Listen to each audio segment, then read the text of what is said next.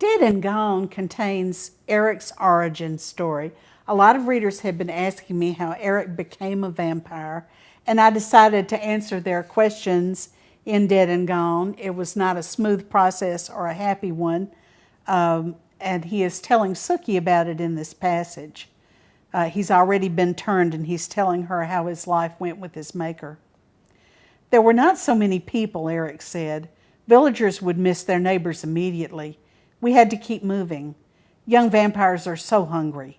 At first, I killed even when I didn't mean to. I took a deep breath. This was what vampires did. When they were young, they killed. There had been no substitute for fresh blood then. It was kill or die. Was he good to you, Appius Louius Ocella? How much worse could you have it than to be the constant companion of the man who had murdered you? He taught me all that I knew, Eric said. He had been in the Roman legions, and he was a fighter as I was, so we had that in common.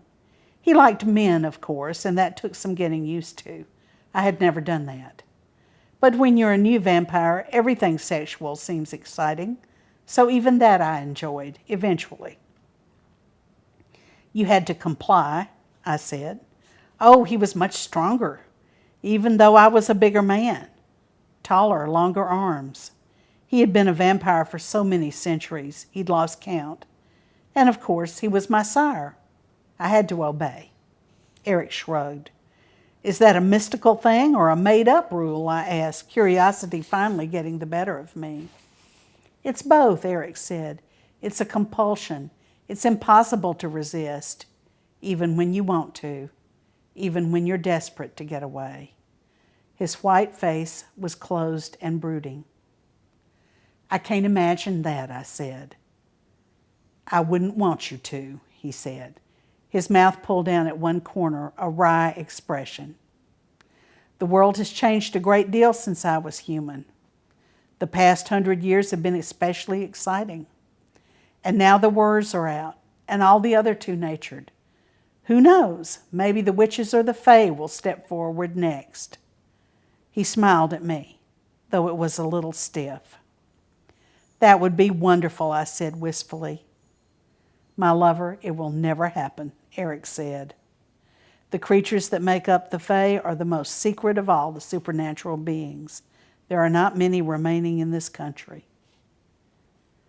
Your great-grandfather is one of the few survivors with royal blood. He would never condescend to treat to humans. He talks to me, I said, because I wasn't sure what treat meant. You share his blood. Eric waved his free hand. If you didn't, you would never have seen him. Well, no, Eric wasn't going to stop in at Merlot's for a brew and a chicken basket and shake hands all around. This has a lot of consequences when Eric's maker returns. It has a lot of foretelling of things that are going to happen in later books. And Dead and Gone has a lot of family material that you would like to read to prepare for the next book, I'm afraid. I didn't plan it that way, but that was the way it turned out.